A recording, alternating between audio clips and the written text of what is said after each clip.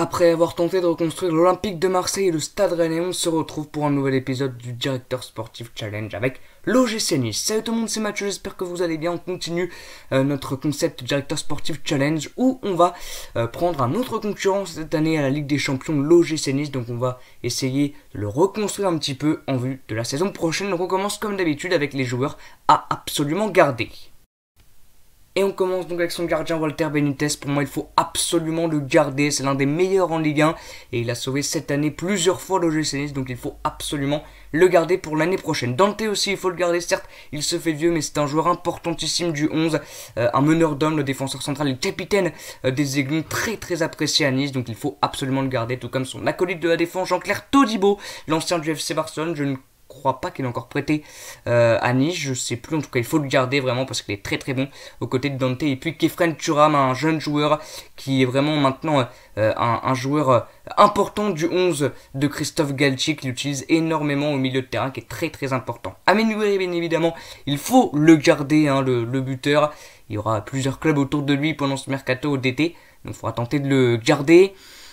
Tout comme Justin Kluivert, essayer de l'acheter officiellement, lui qui est du côté de l'AS Roma. Ça va être compliqué de l'acheter vu que je pense qu'il vaut assez cher, mais pourquoi pas se le refaire prêter, Justin Kluivert. Et puis Calvin Stengs, aussi un jeune joueur qu'on voit très percutant sur son côté. Il y en a d'autres bien évidemment qu'il faut absolument garder, comme Andy Delors par exemple, ou Hicham Boudaoui, ou voilà, plusieurs autres joueurs. Mais j'ai pris que ceux-là. Les joueurs ensuite qu'il faut vendre, Youssef Fatal pour moi, il faut le vendre, c'est un très bon joueur mais qui malheureusement est trop blessé pour sa progression.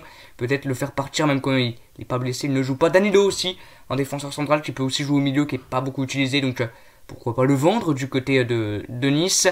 Et puis j'avais également pensé que c'est Claude Maurice, un flop du côté de l'OGC Nice qui avait été très bon à Lorient, mais qui est un petit peu moins bon et beaucoup moins utilisé cette année.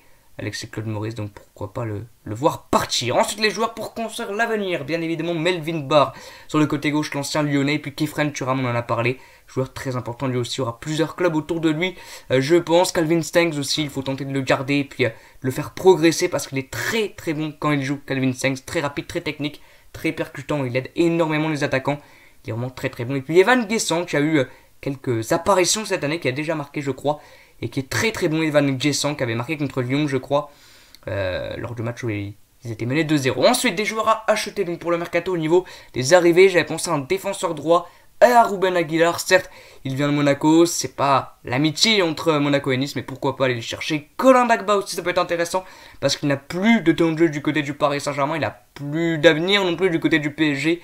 Donc pour le faire progresser, le faire venir du côté de Nice. Et puis Oscar Gil aussi qui est du côté de la Liga, du côté de l'Espagnol Barcelone, qui est très bon, il a 23 ans, il ne coûtera pas très cher. Donc ça peut être intéressant. Ensuite, pourquoi pas un milieu offensif, tout comme le joueur du FC Metz qui partira normalement à la fin de la saison, qu'un fin de contrat, Farid Boulaya, ou pourquoi pas Ludovic Blas qui est du côté du FC Nantes et qui réalise une super saison. Voilà, c'est la fin de la vidéo, j'espère qu'elle vous aura plu. C'est le cas comme d'habitude, n'hésitez pas à liker, commenter et à partager cette vidéo. Donc moi je vous dis à bientôt et ciao.